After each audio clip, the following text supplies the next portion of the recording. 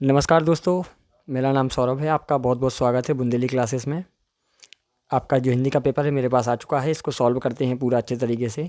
यदि आप हमारे वीडियो पहली बार देख रहे हैं तो वीडियो को लाइक कर दीजिएगा और चैनल को सब्सक्राइब कर दीजिएगा। चलिए शुरू करते हैं। ये रहा आपका पेपर, ये आपके पूरे क्वेश्चन रहे, एकदम बढ़िया तरीके से सॉल्व करेंगे अपन इनको। तो पहला प्रश्न है आपका, सही विकल्प का चयन करिए। लेकिन यहाँ तो पहला प्रश्न का पहला जो क्वेश्चन है आपका, रसखान भक्ति शाखा के कवि हैं।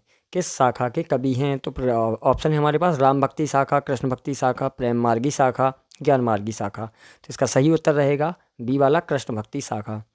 दूसरा प्रश्न है आपका, कबीर की एक रचना है। तो कबीर की एक रचना कौन सी है? साकेत, बीजाक, कुरुक्षेत्र या माँ। तो इसका जो सही उत्तर रहेगा इसका भी बी वाला है, बीजक, है ना। तीसरा प्रश्न है आपका, शैली की दृष्टि से काव्य के कितने भेद हैं? तो काव्य के जो ऑप्शन दिए हुए हैं 6, 4, 2, 3। तो इसका सही उत्तर रहेगा हमारा 3 रहेगा, है ना। चलिए आगे बढ़ते हैं। चौथे नंबर का प्रश्न है, मेरे बचपन के दिन पाठ के रचनाकार हैं। हरिशंकर परसाई, महादेवी वर्मा, प्रेमचंद्र, जाबिर हुसैन। तो इसका भी सही उत्तर रहेगा बी वाला, महादेवी वर्मा, है ना। 3 हो गए हमारे, सॉरी महादेवी वर्मा रहेगा इसका। पाँचवें नंबर का प्रश्न है, श्याम भी जाएगा मैं भी है। तो भी क्या है इसमें? क्रिया है, विशेषण है, निपात है, संज्ञा है। तो इसमें जो भी शब्द है वो निपात है ना, निपात शब्द आता है। सा वाला सही रहेगा इसका। लास्ट वाला है, शंकर शारीरिक रूप से विकृत होने के कारण खालिस ऑप्शन है हमारे पास, ठीक से चल नहीं सकता था, ठीक से सो नहीं सकता था, ठीक से सुन नहीं सकता था, ठीक से गा नहीं सकता था। तो इसका सही उत्तर रहेगा ठीक से चल नहीं सकता था। अब हमारे खालिस्तान है आगे। दूसरा प्रश्न है हमारा, रिक्त स्थानों की पूर्ति कर लिखना है।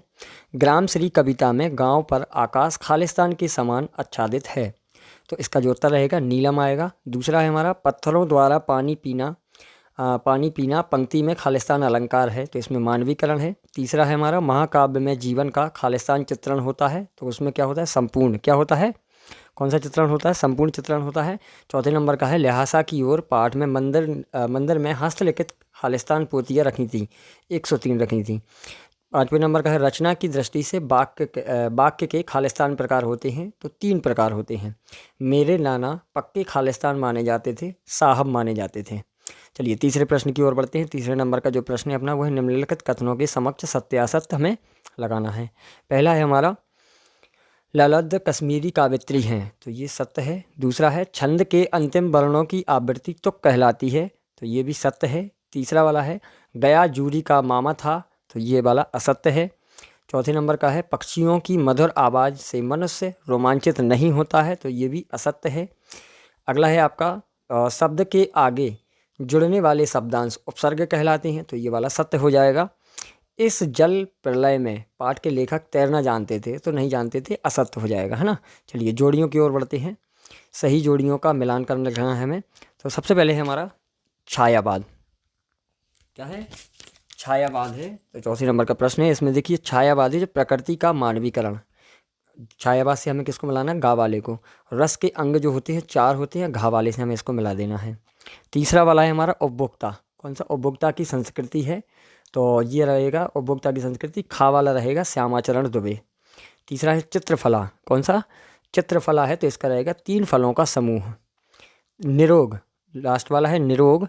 निरोग में हमें मिला देना है चा वाले से, यहाँ पे विसर्ग संधि। निरोग में क्या मिला देना है? विसर्ग संधि से। इसके बाद है रीढ़ की हड्डी। लास्ट वाला है रीढ़ की हड्डी। तो जगदीश चंद्र माथुर की ये पूरा हो गया, अपना जोड़ियाँ कंप्लीट हो चुकी हैं। 5वें नंबर के प्रश्न की ओर बढ़ते हैं। निम्नलिखित प्रश्नों के उत्तर एक वाक्य में हमें देना है, ठीक है। चलिए, कोहरे से ढकी सड़क पर बच्चे कहाँ जा रहे थे? तो कोहरे से ढकी सड़क पर बच्चे काम पर जा रहे थे, ठीक है ना। दूसरे नंबर का जो प्रश्न है अपना, घृणा को उत्पन्न करने वाले दृश्यों का वर्णन होने पर कौन सा रस होता है? तो वो बीभत्स रस होता है। घृणा, बीभत्स का जो होता है घृणा होता है ना। अगला है तीसरे नंबर का प्रश्न है, साहित्यिक पुरखे किसे कहा जाता है? साहित्यिक पुरखे किसे कहा जाता है? मुंशी प्रेमचंद जी को। अगला वाला है चौथे नंबर का आपका प्रश्न है, विलोम शब्द का अर्थ। विलोम शब्द का अर्थ जो होता है उसको हम लिख सकते हैं उल्टा, या फिर उसका लिख सकते हैं हम विपरीत। क्या लिख सकते हैं? विपरीत। 5वें नंबर का, इस जल प्रलय में पाठ में बाढ़ के पानी को क्या कहा गया है? बाढ़ के पानी को क्या कहा गया है? तो जो बाढ़ का जो पानी था उसको कहा गया था मृत्यु तरल दूत। क्या कहा गया था? मृत्यु का तरल दूत। लास्ट वाला है, लेखिका मृदुला गर्ग की पर दादी ने मंदिर में जाकर क्या मन्नत मांगी थी। तो दादी ने जो मन्नत मांगी थी, जो पहला बच्चा हो वो लड़की हो, ये मन्नत मांगी थी दादी जी ने, है ना। ये आपने जो है ऑब्जेक्टिव प्रश्न पूरे हो चुके हैं। यदि आपको वीडियो अच्छा लगा हो तो वीडियो को लाइक कर दीजिएगा और चैनल को सब्सक्राइब कर दीजिएगा, जिससे आगे के जो पेपर होने वाले हैं सभी के वीडियो आपको तुरंत ही मिल पाएँ और आप अच्छे से अपना पेपर को मिला पाएँ। Thank you.